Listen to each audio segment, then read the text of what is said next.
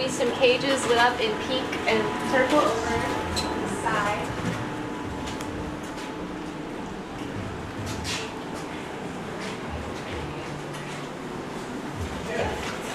So this is our integrated pest management lab. We call it IPM for short. It sounds kind of like a complicated phrase, but it's really not. Integrated pest management just means that we use several different methods to control the amount of pests inside of our greenhouse. So ideally, you would think in a perfect world you wouldn't have any pests, but that's just not possible. Anytime that you go to remove or spray, you're always going to miss some eggs or some larvae, and there's always going to be another generation. So anytime that you have, or anytime we notice signs of pest damage, we try to think of the best way to combat that particular pest. Into the middle of the leaf so she can put her egg right in the middle.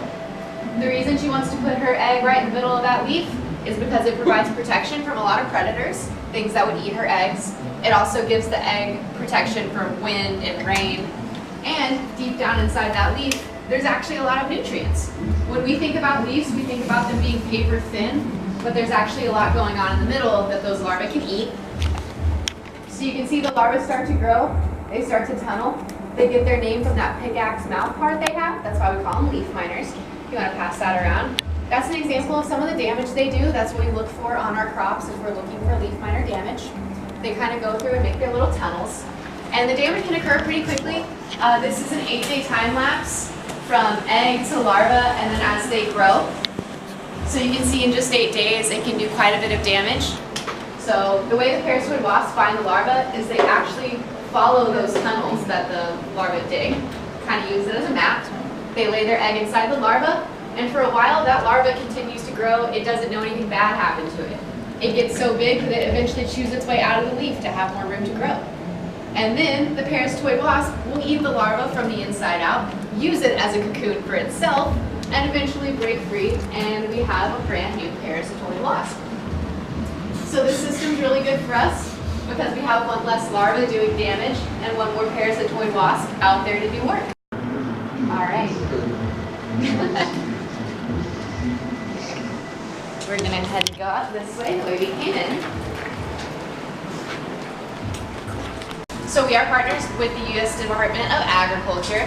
So they do their research here, we do our projects, and they kind of swap trade secrets, and our interns get some hands-on experience doing research. So it's a really good partnership for us. Right now, the USDA is working on the plum pox virus. It's a virus that came over in the 90s. It started wiping out plums on the eastern seaboard. It doesn't just affect plums, it also gets anything that has that hard stone middle, so peaches, apricots, things like that. So they're trying to find a resistant or breed a resistant variety of plum. They had success with one. It's called the honey sweet plum, but it actually tastes awful. So we're working on try 2 right now, hoping that this one turns out to be a little sweeter, a little more palatable. The one they did find does have a use. They plant it around the crop that they want to harvest. That way when the disease comes, it dies off in the resistant trees and never makes it inside to the trees we want to harvest. So that's what the USDA does here. That's our biotech intern down there. His name's Justin, very nice guy. What he does is he works on the Vicky's mini gardens. If you checked in at Tour Desk, you probably saw them there. There's some more examples. This is just a simple way of propagation. So if you garden at home, you might know that sometimes you can break off a piece of a plant, put it in soil, and that one part will grow a whole new plant. It works better with some varieties of plants than it does others. Succulents are really good at it. We can do it with quite a wide variety of things here because we do it in a sterile place. So there's no bacteria, no fungus, nothing's going to compete with that plant. It's going to have the best chance of success. So right now, some of the favorites are vanilla and dragon fruit because they look really cool. So that's kind of the popular ones right now. We also do California redwood sometime, which I'm waiting because I really want one. So the way we do it is we take a mother plant out of our greenhouse that we think looks strong and healthy and has some nice characteristics.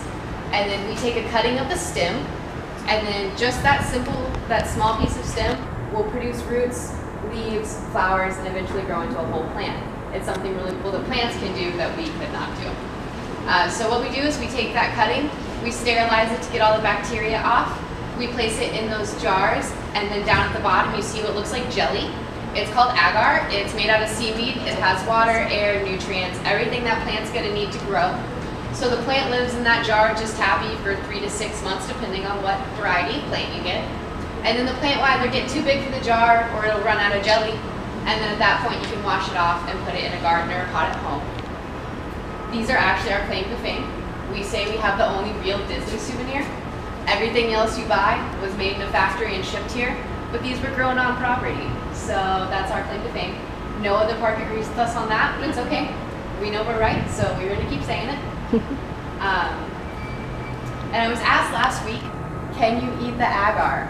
And I was like, I'm not sure, so I radioed my manager. Yeah, and he was like, you could, I wouldn't recommend it. So yes, you can eat the agar if you really wanted to. It's like, yeah, I don't think it would taste good. Wait, have you tried it? Well, they make raindrop cake out of it. Oh, okay. That's wild. It's just like a vegan gelatin sort of. Okay. Oh yeah, because actual gelatin has the in it. It's used more as a medium. You wouldn't eat it by itself. Yeah. So we can grow plants in unusual ways because we have a really good idea of what a plant needs to grow. Can anyone tell me the 5 things a plant needs to grow? Water, soil, and sunlight.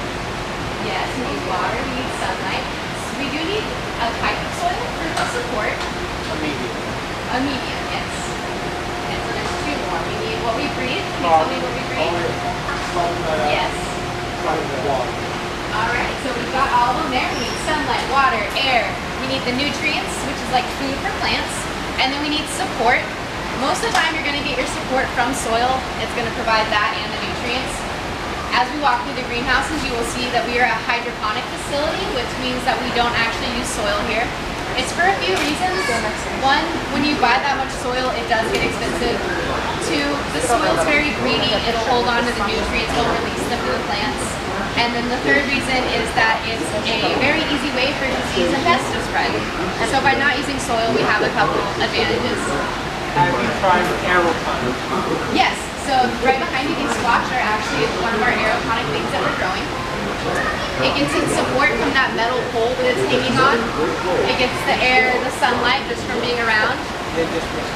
Yes, and if you look, there's actually inside this wall, there are blisters hitting it, and then at the bottom there's a drain.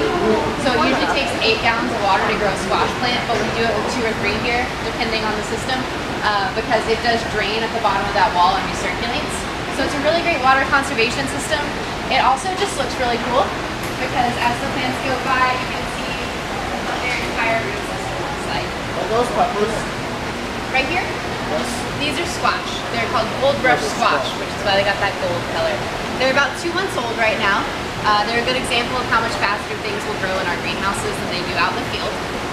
These column pots are a pretty similar setup. They get misted at the top and the water runs down a hollow middle. So this is aeroponics as well. If you look across the way, I always say this right as the boats pass. But if you look across the way, you'll see some fish swimming at the bottom.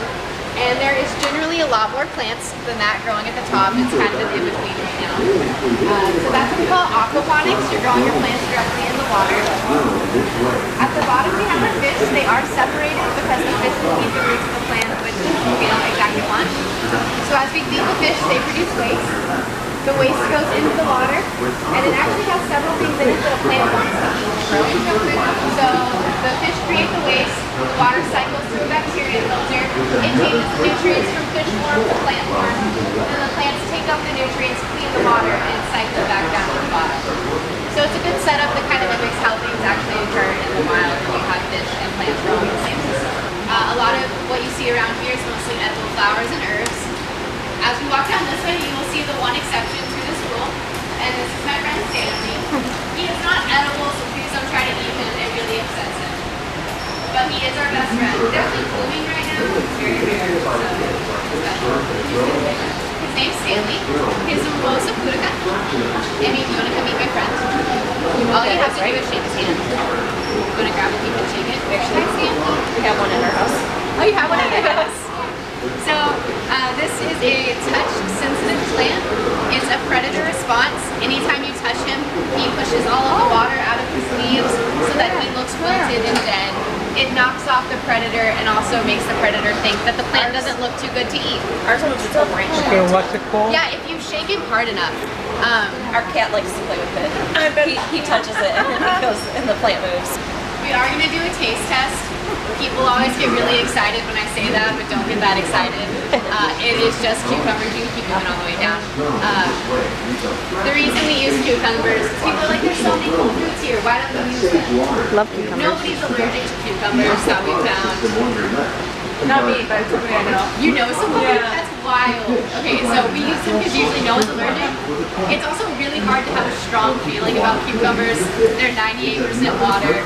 You might not like it, but you probably won't hate it. So that's personally why we use cucumbers. Not right now. So I'm going to wash up while I do that. I'm going to talk about this right here. This is also an aquaculture system, a lot like the one across the way, except this doesn't have the fish or the bacteria. So it's a lot easier to manage and grow in your own home. What you do is you just fill it with water. Say you have a fish that has passed on, so you've still got the air bubbler in the fish tank. This is a really good way to repurpose that. You do need the air bubbler at the bottom because you can actually kill a plant by drowning it, which I have done to several. So this is a foolproof way to never do that again. What you do is you go to your local nursery, you ask them for a nutrient packet, you dump your nutrients straight into your water, and then you start your plants off. You want them to start producing their first true roots. When we start our plants, we personally use this medium called rock wool, also available at your local nursery. All it is a volcanic rock that was superheated and spun like cotton candy. And so we put our seeds in there, water them, let them start to produce their roots. Once we can safely say that these plants are all going to make it, they've all got good roots going, we take a polystyrene board. There's a household name for that if you're interested. I can't say it, but we all know what it is. We cut some holes in the top of it. We place our rock wool cubes down in it. You let the roots hang directly into your nutrient water mix. Have your air bubbler going to dissolve all the oxygen. And the plants will be perfectly happy growing like this.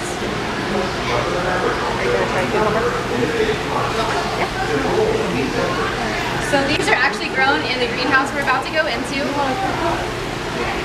Oh no. Thank you. No. Yes, I love cucumber. Oh, perfect. Well, if you want more, there's going to be more. Do you want one? Oh my gosh, it's so good. Yeah, got it. So why is the miracle fruit named miracle fruit? So it actually produces a small red berry. I don't know if it's fruiting right now. I When did you see eat some, it- yeah. Okay, so when you eat it, it binds all the sour, bitter taste receptors on your tongue. So everything you eat after that tastes pretty sweet, or at least not as sour as it would have beforehand. We kind of haze the other interns, and we will like feed them a miracle fruit, and then be like, yeah, here, eat a warhead. They So sell maybe something on Amazon. Yeah, you can get the extract. Yes. They're actually doing research with figuring out what in it exactly binds the taste receptors so that they can make drugs for chemo radiation patients to take to make them more powerful. So does it make things taste like the opposite, or? It just won't taste bitter or sour. And Okay. because you can taste that, the sweetness is heightened. Oh, okay, interesting. Very So cool. it's pretty cool.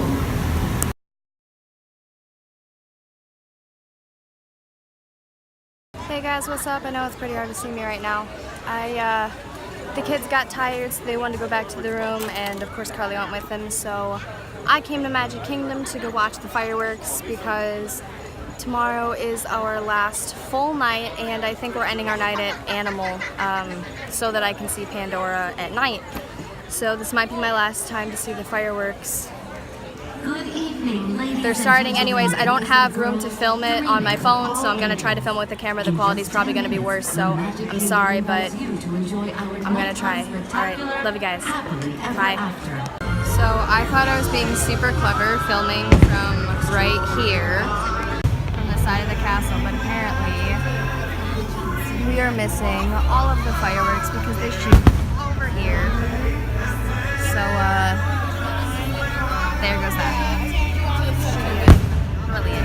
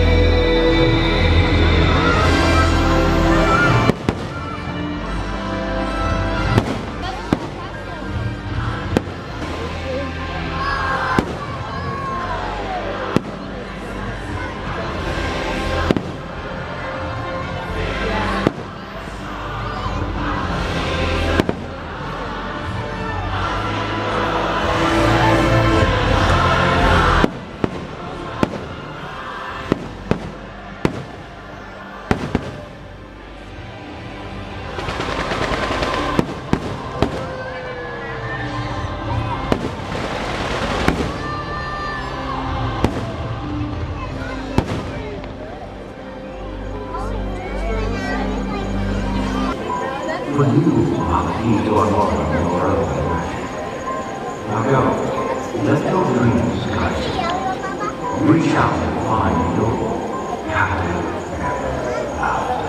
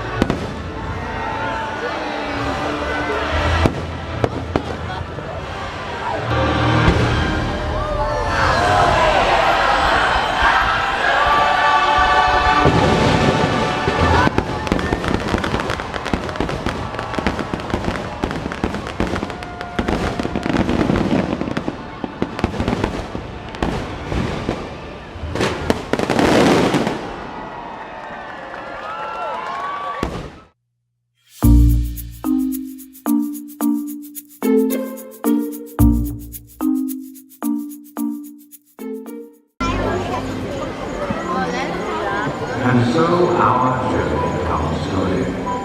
But yours continues. Grab hold of your